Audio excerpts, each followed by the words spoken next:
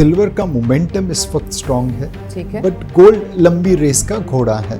कल को उठ के हमने अमेरिकन क्रिकेट टीम को हरा दिया, क्या पता ट्रम्प साहब नाराज हो गए तो हमारे रिजर्व्स फ्रीज कर देंगे। क्या ये सही समय है अभी सोना खरीदने के लिए? गोल्ड एक जमाने में $800 का $200 तक गिरा था।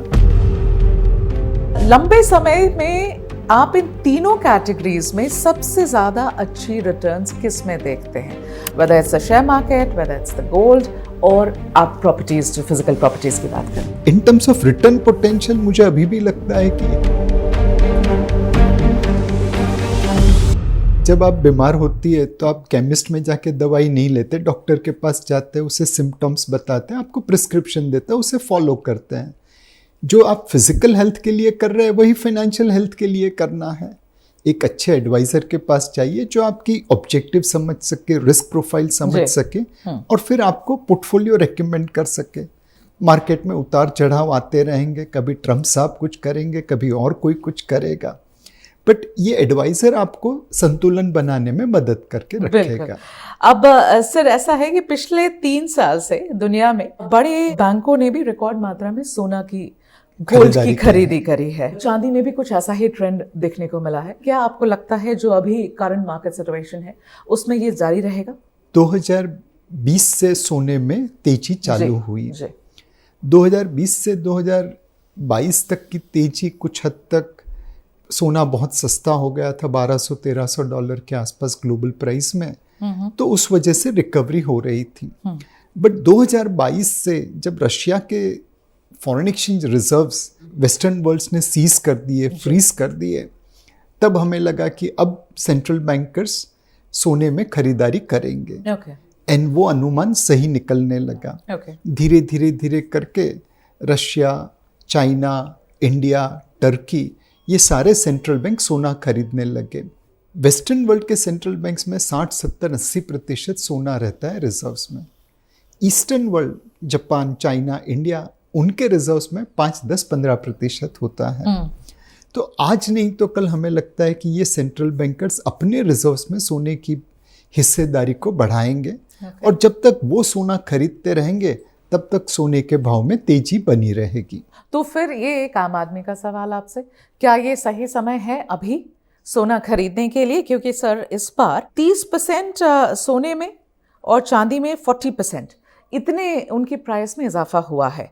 तो ये जो रफ्तार, जिस रफ्तार से बढ़ रही है, क्या ये समय सही समय है इन दोनों प्रेशियस मेटल्स में इन्वेस्ट करने का? खरीदना चाहिए या नहीं? सोना या चांदी खरीदते समय कुछ चीजों का ध्यान रखना चाहिए।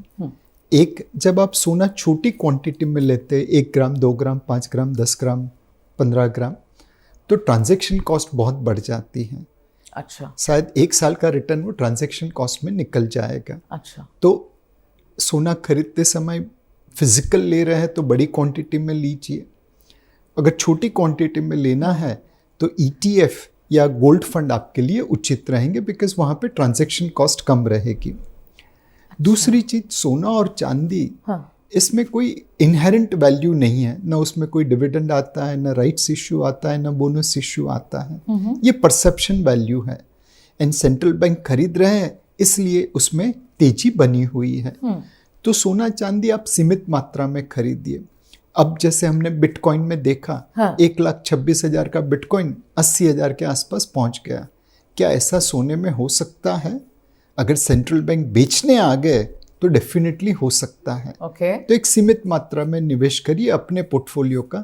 सोने ने बहुत अच्छा रिटर्न दिया इसलिए सारा पैसा सोने में लगा दे, वैसी गलती नहीं करनी चाहिए। ये गलत होगा। ठीक है, मगर आप जब ये कह रहे हैं कि अब सर कितने आम आदमी के पास कितने पैसे होते हैं, अगर आप कह रहे हैं सोना खरीदना है तो बड़ी मात्रा में खरीदिए, उतने पैसे होंगे नहीं लोगों के पास, इसलिए गोल्ड ETF। तो गोल्ड ETF में ही लगाएं। अब जो छोटे मोटे ज्वेलरी खरीदते रहते हैं लोग इधर उधर, you are saying the better option is gold ETF। Jewellery तो आप अगर पहनने के लिए यूज कर रहे हैं, आप इन्वेस्टमेंट के लिए भी तो खरीदते हैं लोग। इन्वेस्टमेंट के लिए तो गोल्ड ETF ही बेहतर रहेगा, बिकॉज जो मेकिंग चार्जेस है ज्वेलरी में, जो कटाई लगती है ट्रांजैक्शन कॉस्ट की, उसके सामने ETF will be far better. एक और सवाल जो कि आम लोगों से जुड़ा हुआ है, कुछ सवाल भेजे गए हैं मुझे। जो पोर्टफोलियोज लोग के क्रिएट होते हैं जिसमें कि हम गोल्ड और सिल्वर दोनों की बात कर रहे हैं, दोनों एग्जिस्ट कर रहे हैं आपके पोर्टफोलियो में, आपके हिसाब से sir should it be 50-50%, 70-30%? What ratio are we looking at between gold and silver? So again, जब तक सेंट्रल बैंक की खरीदारी है, गोल्ड में तेजी बनी रहेगी। सिल्वर में इंडस्ट्रियल डिमांड भी है और सेंट्रल बैंक की खरीदारी भी हो रही है। हाँ। तो मेरे हिसाब से अपनी रिस्क प्रोफाइल के अनुसार आप कॉल ले सकते हैं। हाँ। सिल्वर का मोमेंटम इस वक्त स्ट्रांग है, ठीक है, बट गोल्ड लंबी रेस का घोड़ा है। तो हमने इसके लिए एक अच्छा फंड भी बनाया है, gold and silver fund of fund. उसमें फंड मैनेजर अपने हिसाब से गोल्ड और सिल्वर में अलोकेशन करता रहेगा। तो अगर आपको खुद ये बैलेंसिंग नहीं करनी है कितना गोल्ड कितना सिल्वर, अगेन आप फंड मैनेजर के ऊपर ये दायित्व छोड़ सकते हैं gold silver fund of fund के जरिए। लंबे समय में आप इन तीनों कैटेगरीज में सबसे ज्यादा अच्छी रिटर्न्स किस में देखते हैं? Whether it's the share market, whether it's the gold, और आप प्रॉपर्टीज, जो फिजिकल प्रॉपर्टीज की बात करते हैं। सो ये गोल्ड एक ऐसी चीज है, आप कुछ भी गोल्ड खरीद लो, रिटर्न ऑलमोस्ट सिमिलर रहेगा। गोल्ड कॉइन खरीदो, गोल्ड ज्वेलरी खरीदो, गोल्ड ETF खरीदो, थोड़ा बहुत अंतर होगा ट्रांजैक्शन कॉस्ट का, बट वो सेम रहेगा। शेयर्स और रियल एस्टेट में आपने सही प्रॉपर्टी या सही शेयर खरीदा तभी पैसा बन पाएगा। आपने कोई डिस्प्यूटेड प्रॉपर्टी खरीद ली, 15 साल तक डेवलपमेंट नहीं होती है, लोगों के पैसे डूब जाते हैं। अच्छा शेयर नहीं खरीदा तो भी पैसे डूब सकते हैं।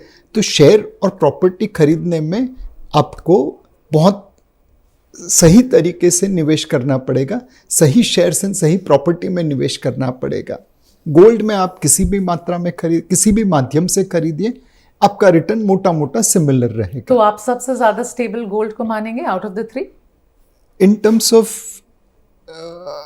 सिलेक्शन, यस, कि अगर आपने गलत शेयर खरीदे तो आपका नुकसान है। गोल्ड में ऐसा कुछ नहीं है। अच्छा, but in terms of return potential मुझे अभी भी लगता है कि इक्विटी मार्केट सबसे ज्यादा रिटर्न देगा, गोल्ड एंड रियल एस्टेट उनसे कम रिटर्न देंगे।